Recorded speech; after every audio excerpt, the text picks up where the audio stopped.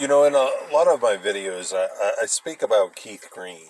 And if anybody doesn't know him, he was a musician back in the late, well, he didn't become prominent until the late 70s, early 80s. And he passed away in a plane crash in the early 80s with, I believe, his two children. And he left a wife and I think two children. But, his music and just the way he lived for God has really been impactful. And I was first introduced to him in Bible college by a friend of mine. And I remember just getting the some of his CDs, and he had different ones. Make my life a prayer to you, and it would be a bunch of songs of his that really impacted my walk with Jesus. And I then bought a couple of his songbooks because I would play them on the piano. And I got his book his wife wrote called No Compromise, The Life Story of Keith Green. And I was just reading just about, his life and just how he lived for Jesus. And, when him and his wife would drive, they would see somebody that was a hitchhiker. They would pick them up and they would bring them home and they would minister to them. And he had such a conviction for God. He never wanted to compromise his walk. And such was the case with, you know, selling his records. He wanted his records to be free for people to take. He wouldn't charge for concerts because he believed that, that it was the Lord's. So, I really respect that, you know. And it could be very, I mean, I know what God has done in my life, in his provision. And, just to state this is that he had his records in bookstores for people to take, but it wasn't only just that, it was an integrity issue. If somebody couldn't afford it, then he would give them the record. And I know his wife, like years back, did that on one day where if somebody was in need and didn't have money, his wife would give his CDs and different stuff away for people. And, according to another Christian artist, is that was a hard act to follow, and the question is, why is that? Well, I mean, if somebody doesn't know Jesus as their source and their provider, then they're going to, depend solely on not only their strength, but in the monies that are coming in. But what happened with Keith? I mean, God blessed his ministry so much that all the people that he took in, his house became full. So what did he do? God blessed him so much in his ministry that he was able to buy another house, and they would call it a dormitory. And he had one for men and he had one for women. And they would all come together for a meal, and he would go off and he would minister, to different places. And, he had, like I said, he had such a conviction in doing what was right with God. So really, the point really that I really want to make is the fact of who is your source. Now, it was obvious that the Lord was Keith Green's source. That's why he didn't, charge for concerts or anything like that. So the fact is it wrong? I would say no, because, there are some people that haven't fully trusted God. But there's also the flip side to that is the fact that, it's in human nature that if somebody can get something for free, they're going to do it.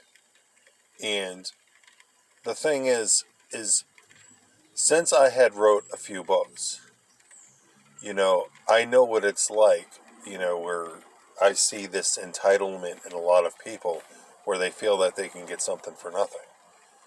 And the thing is like Keith, I stated when I had my books in my church's bookstore, I told the lady that ran it, I said, if somebody is in need and needs the book, give it to them. You know, but also that doesn't apply to somebody that has the money. If somebody has the money, then they should pay. Because, like me and anybody else, we worked hard in doing something for God, that would benefit fellow Christians. I didn't write my books, just to write them. I wrote them not only to impact fellow brothers and sisters, but also to cause them to walk, the way God wants them to live as they should, and to depend on God fully, So I don't, as you heard me say in various videos, is that I'm not depending on any kind of monies I get because I haven't gotten any money. People. There have been some people that have bought my book and I received money from that, but when it comes to the publisher, I have received nothing. So whatever monies I received, I would use to purchase even more books. So I could either give them away or sell them. But like I said, it depends on who your source is. If your source is God, then you're not going to be worried about any monies that are going to come. If you see somebody in need, you're going to give it away graciously. And, Keith had such a standard that he put himself to. And it was either, I would say, black or white. You either do this or you don't do this. You're either this or you're not. And so, like I had said earlier, is it wrong for somebody to have a concert and for people to pay to get in? It depends on who their source is. Is it their conviction? Do they know how to trust God if no money was coming in? Would they continue to do so if no money was coming in? There's different ways that we could see whether or not we are the source or God is the source. So, we need to ask different questions about, who is our source. If God is your total source, then you're not going to be worried about any kind of money. You're not going to be on people about, hey, you need to pay me this or that, But also, we need to understand is that a worker deserves his wages. I'm speaking on the integrity of fellow Christians who have the means and, they have, it's up to them to do what is right. If somebody is offering a service to you, then of course you're going to pay them for their time. Like my wife, she's a cosmetologist, and she's a Christian. But just because she's a Christian doesn't mean that the person should feel entitled to get their hair done for free because she's a Christian.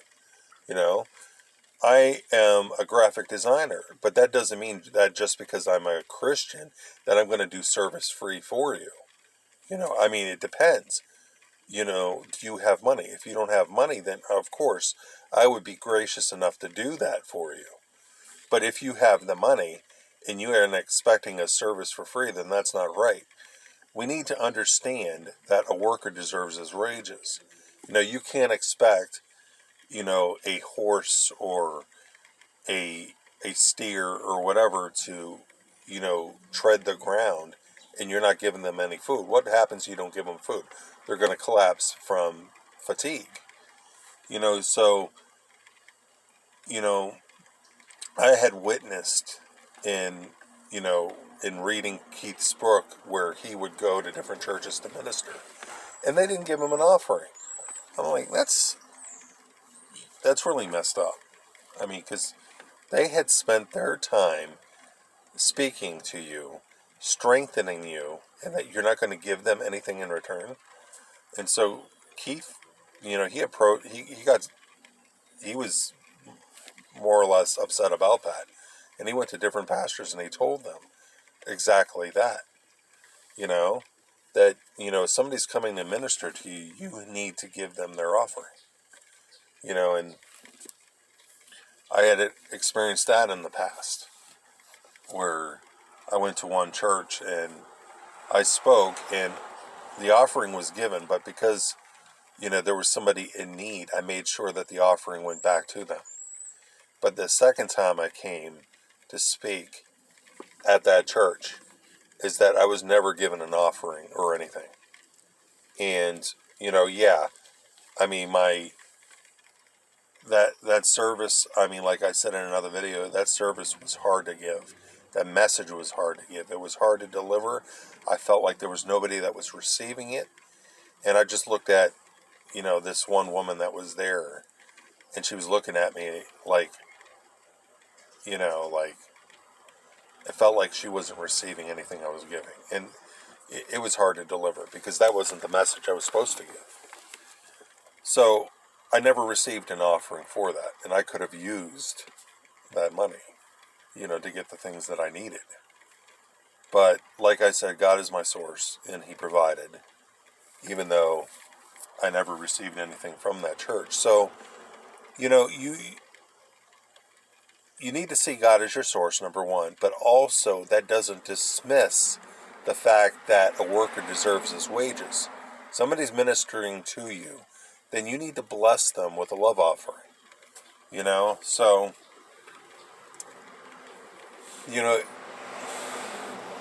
it depends on just really the person itself, whether they see God, as their provider or they don't. If they don't see the Lord as their provider, then they're going to be thinking of ways in, making sure that they receive money and stuff for services rendered,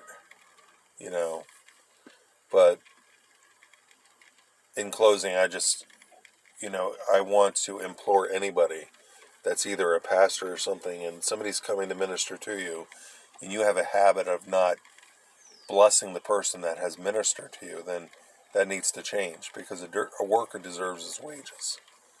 God has instilled in them something, a message that can strengthen the body.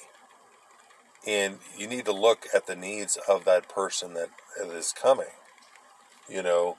because they need to live day by day. Whether they have God as their source or not, it's up to you to be that hand of blessing to them. That's why Paul, the apostle, in his epistles was encouraging different churches to help other churches. Because, you have the means to help somebody, then it's only right that you should help others. So, I just wanted to really speak about that. And I'm not saying that what Keith had done was wrong. I don't believe it was at all. But I also believe that if God has blessed somebody with wisdom and stuff like that, and they're coming to strengthen the body, then, that person that is, receiving that word should bless the person that's coming and working for them. So there is two responses to it. There's our response to God as our source, and there's a response to those that are blessing us. Are we going to bless them in return? Just Keith he really impacted my walk with God. And I didn't understand that, at first when, I was a somewhat of a new Christian. I was like, man, I can't imagine. Sorry, some dude on the bike just came by and like cussed or whatever. I don't know what that was. He's trying to get somebody's attention. But that was just like I said, Keith's life really impacted my walk with God, and I didn't understand how he could have done that, have concerts for free, selling his stuff for free. I mean, I admired that, but I didn't understand why he would do that until I came to know God as my source. You know, he must have come to that realization that God had come through for him, and he blessed him so much that he didn't, you know, need to sell his stuff. He didn't worry about that, and so that can impact us. In what way can we trust God as our source? I mean, if you've never trusted God before, then it's going to be hard for you to understand that. So, like I said in many of my videos, we need to get to that place to where we're learning to fully trust Him. Start by little by little things. When God comes through, He'll help you with bigger things. You know, I think it's very important that we get into that place to where we're learning to fully trust Him. And so that we're not going to be shaken when the source, you know, of what we're depending on is taken away. You're depending on your job. Well, what happens if your job is taken away? You know? And, even though I admired, you know, just Keith Green's standard, it was like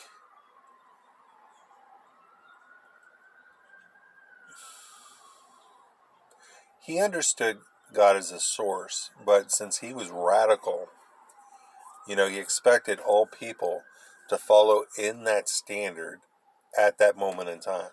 But not everyone can do that. I can't go up to somebody and tell them, you know what, you need to trust God. Well, that doesn't make any sense because that's going to go over somebody's head. They don't know to trust God. They haven't got to the place to where they can learn to trust Him. I can't go up to somebody that,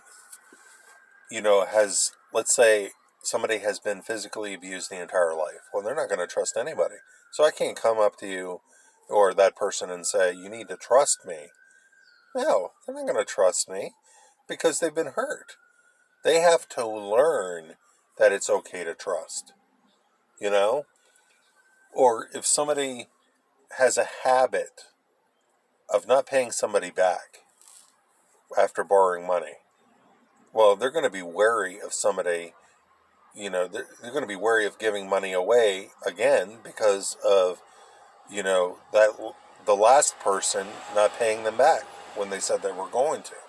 So I can't go to them and say, come on, you got to trust me with this.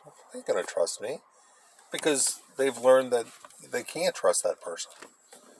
They're not going to trust anybody since they've encountered that one person. Only when,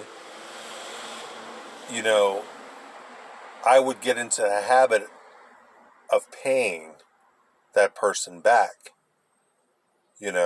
is when that person is going to say, okay, I can trust you now. So I can't go up to somebody and say, you need to trust God. God is your provider. Well, they don't know God is their source or their provider until they get into that place of learning to trust Him. And like I said in many videos, trust Him little by little with little things, and then you can trust Him with bigger. Is that game of trust that I'm so fond of, where one person is asked to fall in the arms of another person. Well, they don't trust that person. So they're going to be wary of falling in their arms because they don't know if that person's going to be vindictive and drop them on the ground. Well, it takes taking that step of faith and falling in the arms and then learning that you can trust. So the same thing with God. We need to learn to trust Him. So with Keith telling people that,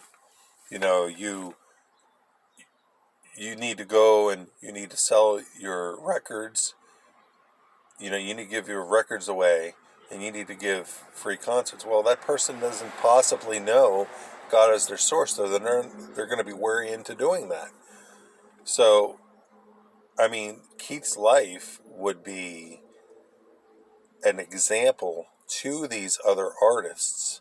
Okay, Well, God came through for Keith, and it says in Scripture that we can trust God. So maybe I can follow in that same path as well and see what God can do. That is put out there for them to see. So, you know, like I said, there's no excuse that we can't trust God. We need to get into that place of learning to trust Him. So, I just wanted to share that with you. And I pray that it encourages you, yourself to trust God fully. So, thank you for taking the time to watch.